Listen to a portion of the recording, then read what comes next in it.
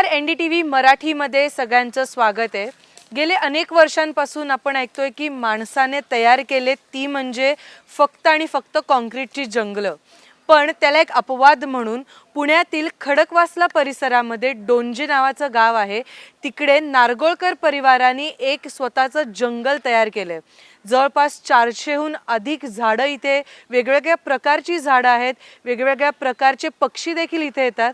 तर नक्की आज तेच जाणून घेण्यासाठी की नक्की त्यांची संकल्पना काय होती, कशामुळे हे सगळं जंगल तयार करण्यात आलं, नक्की काय काय आहे या सिपना फार्म मध्ये, ते जाणून घेण्यासाठी आज आपण आलेलो आहोत पानशेत रोडवरच्या या सिपना फार्म वरती।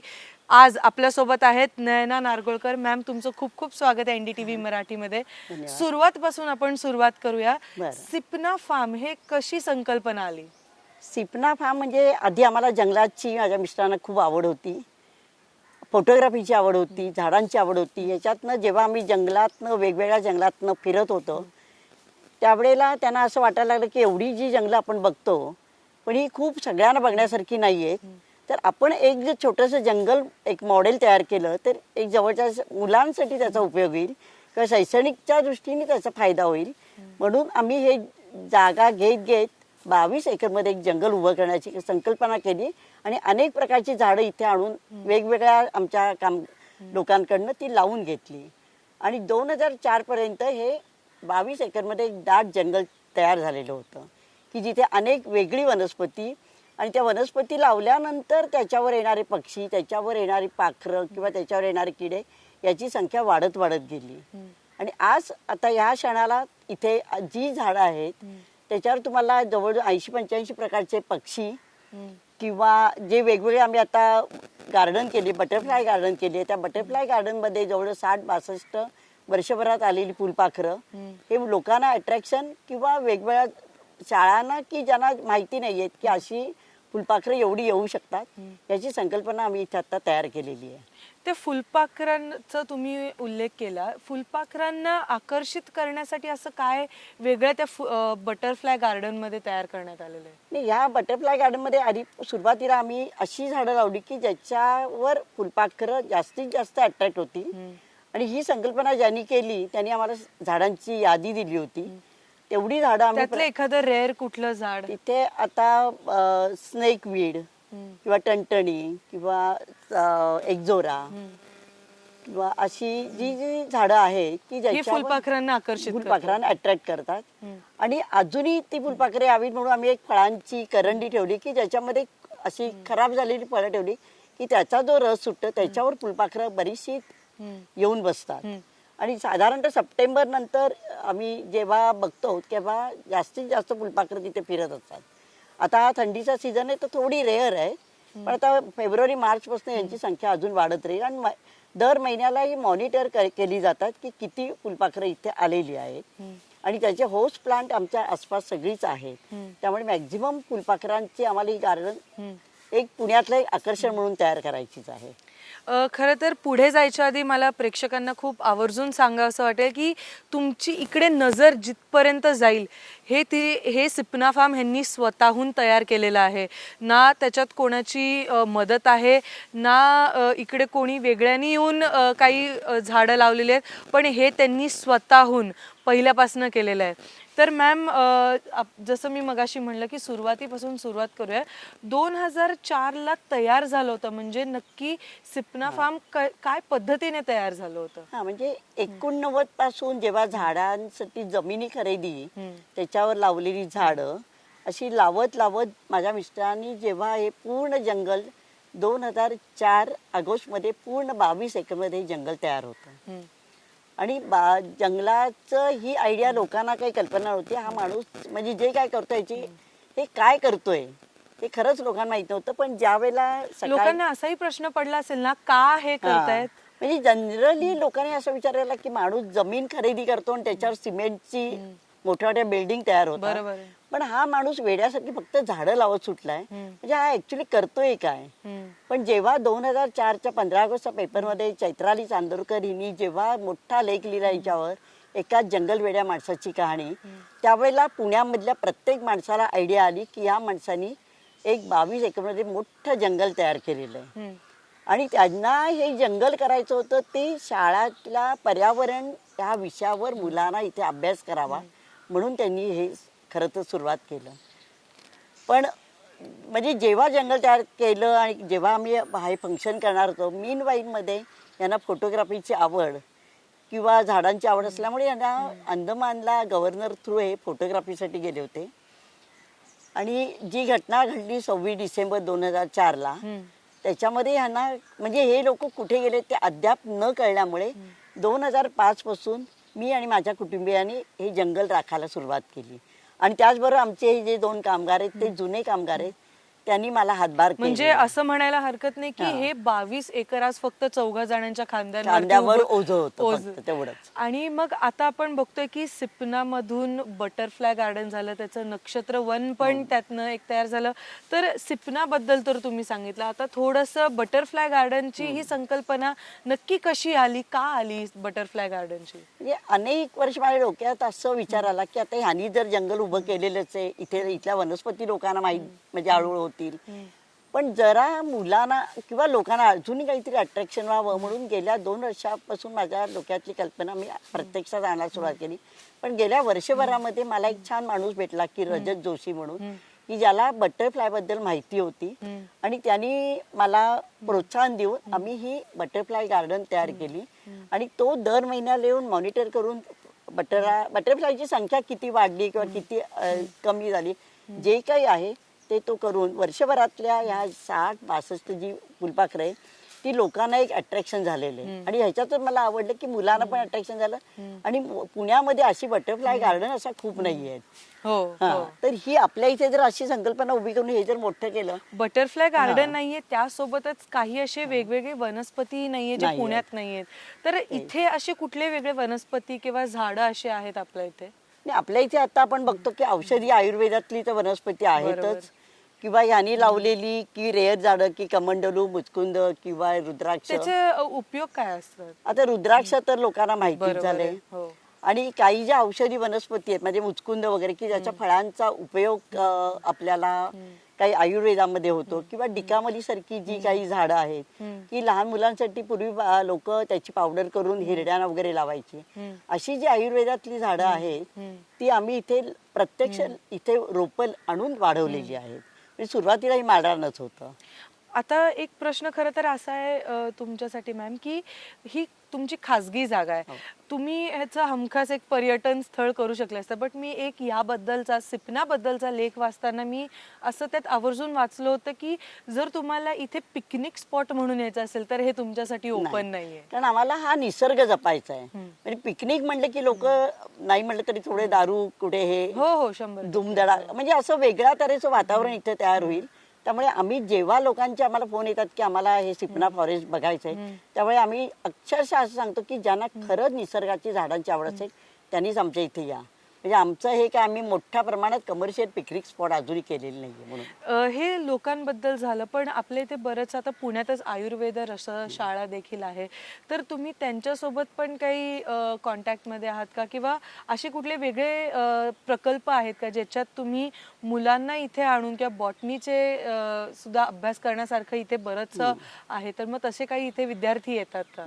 आता इथे जे आहे ते खरं तर बॉटनी स्टुडंटसाठी जास्त याचा उपयोग आहे. त्यामुळे शाळातली सुद्धा जी मुलं येतात ना त्याच्यामध्ये सुद्धा ते असे वर्ग पाडतात की ज्यांना खरी झाडं आणि बॉटनीमध्ये इंटरेस्ट आहे अशा काही शाळा त्या मुलांना घेऊन येतात. तसं काही कॉलेजेस आहेत म्हणजे फार उदाहरणार्थ बारामतीचं कॉलेज की जे बॉटनीसाठीच फक्त आहे. तर अशी लोक येऊन फक्त तेवढ्या विषयावर अभ्यास करतात की प्रत्येक झाडाचा उपयोग, झाडाचा प्रत्यक्ष माहिती मग घेताना ते खोड पान प्रत्येक ह्याचा अभ्यास करतात. आणि मग मला त्याच्यावर आनंद आहे की आपण जी आणि माझ्या मिस्टरांनी जी लावली आहेत त्याचा खरोखरीच उपयोग ह्या लोकांना झालेला आहे. म्हणजे त्याच्यातनं कुठेतरी मुलांना त्याच्यातनं काहीतरी ज्ञान मिळालं ह्याचा आनंद आम्हाला जास्त आहे याच्यामध्ये. तर आता नक्षत्रवन ही काय संकल्पना आहे? हे पण अशीच माझ्या म्हणजे अशी कल्पना आली की मी बऱ्याच ठिकाणी असं वाचलं होतं की लोक आता बारामतीला वगैरे झालेलं वाचलं होतं गुगल वगैरे की नक्षत्र गार्डन ही लोकांना आपलं नक्षत्र काय आहे किंवा आपली रास काय आहे, आपल्या राशीचं झाड काय आहे ही लोकांना एक प्रकारची उत्सुकता असायची. पुण्यामध्ये तरी नक्षत्र गार्डन कुठे मी तरी बघितलेलं नाहीये. बरोबर आहे. आणि त्यामुळे माझ्या डोक्यात आलं की आपण जर एखादी नक्षत्र गार्डन जर सुरुवात केली तर माझ्या या लोकांच्या ह्याच्यामध्ये आम्ही सुरुवात केली. मग नक्षत्र गार्डनला काय नक्षत्र आहेत, मग 27 नक्षत्र, मग त्यांच्या रास काय आहे, किंवा त्यांना प्रत्येक रास नक्षत्राला एक वेगळं झाड असतो, प्रत्येक राशीला एक वेगळं झाड असतं. त्यातले काही उदाहरणं काय असतात? आता इथे आम्ही आता झाडं आणली ना, ते आम्ही पळस किंवा फणस किंवा तुळस की ही प्रत्येक नक्षत्राची, म्हणजे आता आपण तिथे गेलात तर तुम्हाला प्रत्यक्ष दिसेलच, तर प्रत्यक्ष नक्षत्राची आम्ही असे 27 खड्डे घेतले. प्रत्येक नक्षत्राची झाडं पहिली हे केली. आणखीन त्या झाडांच्या नक्षत्रांच्या मधली जी रास आहे त्याची आम्ही अशी लिस्ट केली. आणि मग आम्ही असे बोर्ड तयार केले. माझी सून जी आहे ती ह्याच्यातलीच आहे, तर तिच्याकडनं असे बोर्ड केले की प्रत्येक झाडाला आम्ही ते असे लटकवले. आणि त्या प्रत्येक झाडावर ते नक्षत्र, रास, त्याचं झाड आणि त्याचं बोटॅनिकल नेम अशी आम्ही ही गार्डन केली. की लोकांना आता मी जेव्हा ओपनिंग केलं त्या ह्याचं गार्डनचं, तर ती दुवा संकलन केंद्राची आम्हाला भेट म्हणून आम्ही त्यांनी बोलवून त्यांच्या हस्ते आम्ही ओपनिंग केलं. तर त्यावेळेला सगळ्या लोकांनी आम्हाला सांगितलं की ही सगळी कल्पना आम्हाला नव्याने आम्हाला कळलेली आहे की असं काही असतं, हे आम्हाला खरंच माहित नव्हतं की प्रत्येक नक्षत्राला त्याचं एक झाड असतं. म्हणून लोकांना ते एक आकर्षणाचं कारण आहे की आपलं नक्षत्र काय आणि आपलं झाड काय. पण मग त्याचे काय फायदे त्याचे काही फायदे नाही, पण असं म्हणजे पुढे मी वाचलं होतं की प्रत्येक नक्षत्राच्या आणि प्रत्येक झाडाच्या त्या ठिकाणी बघितलं आणि जर तुम्ही मेडिटेशन केलं तर त्या झाडाचे जे काही गुण असतात ते तुम्हाला थोडं त्याचा फायदा होतो. म्हणजे योगा, मेडिटेशन आपण जे म्हणतो त्यासाठी हे नक्षत्र गार्डन नक्कीच उपयोगी पडेल. खरं तर आता हे 15-20 एकर मध्ये हे सगळं वसवलेलं तुम्ही बांधलेलं हे जंगल आहे. खरं तर मग अशा वेळेस वन विभागासोबत काही कोलॅबरेशन असतात किंवा वन विभाग सुद्धा यात बरंच मदत करते, तर तसं कधी आपल्यापर्यंत आलं? वन विभागाचं म्हणजे प्रत्यक्ष आता माझ्या मिस्टरांची फॉरेस्टच्या ऑफिसरशी किंवा आतापर्यंत आमच्या मुलाशी ओळख झाली, पण त्यांच्याकडनं आम्हाला आतापर्यंत ते म्हणतील तुम्हाला झाडं पाहिजेत आमच्याकडनं घेऊन जा, आम्ही तुम्हाला मोफत देतो किंवा आमची लोक येऊन तुमच्या इथे झाडं लावतील. पण फंडिंगच्या दृष्टीने आम्हाला कोणाचीच तशी मदत झालेली नाही. मी ऍक्च्युअली त्याकडेच येणार होते की तुम्ही आज एवढं मोठं हे जंगल उभारलेलं आहे, तर कुठे, कारण सगळ्या गोष्टी येऊन शेवटी त्या एका आर्थिक पैशावर येतात, तर मग त्याचं कसं समीकरण केलं तुम्ही?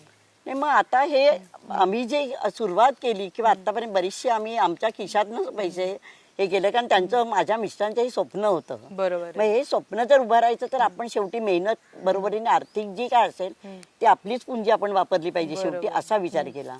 मग जेव्हा लोक इथे काही लोकांनी आम्हाला थोडी, कोणी 5,000 कोणी 10,000 अशी छोटी छोटी देणगी दिली, पण असं मोठ्या प्रमाणातलं फंडिंग आम्हाला आतापर्यंत कधीच झालेलं नाहीये, कोणाकडनंच झालेलं नाहीये. फार लोकांकडनं 10 ते याच्यापर्यंत आम्हाला झालेलं आहे थोडंफार, पण त्याच्यातनं आम्ही उभं केलं. पण आमच्या मनाची आम्ही अशी आणि किंवा आमच्या लोकांच्या मदतीने आम्ही एक असा निश्चय केला की जे काही खर्च येईल तो शक्यतो आपल्याकडनं आपणच करावा. मिळाली मदत तर फारच उत्तम आहे, कारण लोकांपर्यंत किंवा अभ्यासाच्या दृष्टीने जर हे मेंटेन करायचं असेल तर याला महिना 40,000 ते 50,000 रुपये खरा तर खर्च येतोय. कारण या लोकांचे पगार किंवा रोजचे प्रॉब्लेम, कधी वायर तुटली, कधी मोटर बंद पडली, हा प्रॉब्लेम आम्हाला 2-4 महिन्यात एकदा येतोच.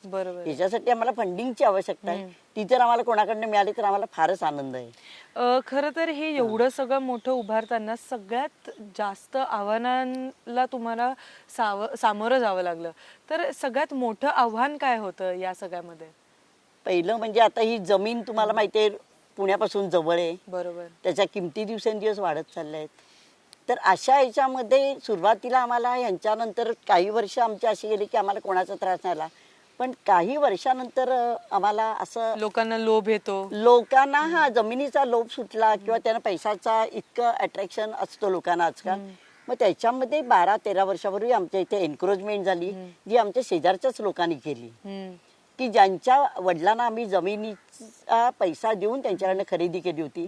पण ह्या पुढच्या पिढीला असं वाटायला लागलं की ही जी काय आहे त्यावेळेला लोकांनी पैसे कमी दिले असं त्यांना वाटतंय. पण त्यावेळेचा व्यवहार आणि आत्ताची किंमत ह्याच्यामध्ये जमीन आसमानाचा फरक आहे. पण अशा वेळी त्यांनी असा विचार केला की आपण ज्या आता शेवटी एकच बाई राहिली, हिला जर त्रास दिला तर कदाचित हे सगळं सोडून ती निघून जाईल आणि जमिनी आपल्याला मिळतील. अशा ह्याच्यात त्यांनी हे 22 गुंठ्यामध्ये एन्क्रोचमेंट केली. आज 13 वर्ष आम्ही लढतोय, पण आम्हाला शिवाजीनगरच्या कोर्टातनं न्याय मिळालेला नाहीये. तर तो न्याय मिळावा आणि आम्हाला. मग इथे असं काही वेगळा म्हणजे एक माणसाची वृत्ती असते की छान फळ दिसलं ते तोडून न्या किंवा छान झाड दिसलं तर ते उपटून आपल्या इथे न्या. तर असे काही प्रकार घडले किंवा असं काही कुठलं त्यातलं रेअर कुठलं तुम्ही जे झाडं म्हणतायत वृक्ष म्हणतायत ते असे काही चोरण्यात आले? चोरी अशी झाडांची रेअर झाडांची नाही आली, पण झाडं जेव्हा मोठी व्हायला लागली मग आजूबाजूच्या लोकांनी उन्हाळ्यामध्ये आपल्याला लाकूड पाहिजे मग वृक्षतोड केली किंवा मुद्दामून एखादा. आता पूर्वी माझ्या मिस्टरांनी एक प्लॉटमध्ये पूर्ण अंदमानची झाडं लावली होती 25-30 काहीतरी. तर आपल्या पुण्यातले एक बॉटनिस्ट अगदी नाव माहिती असेल श्रीधर महाजन म्हणून होते, की ते मला म्हणाले की थांबूया आपण, जेव्हा याला फळ फुलं येतील त्याच्यातनं आपल्याला कळेल की हे झाड कुठचं आहे.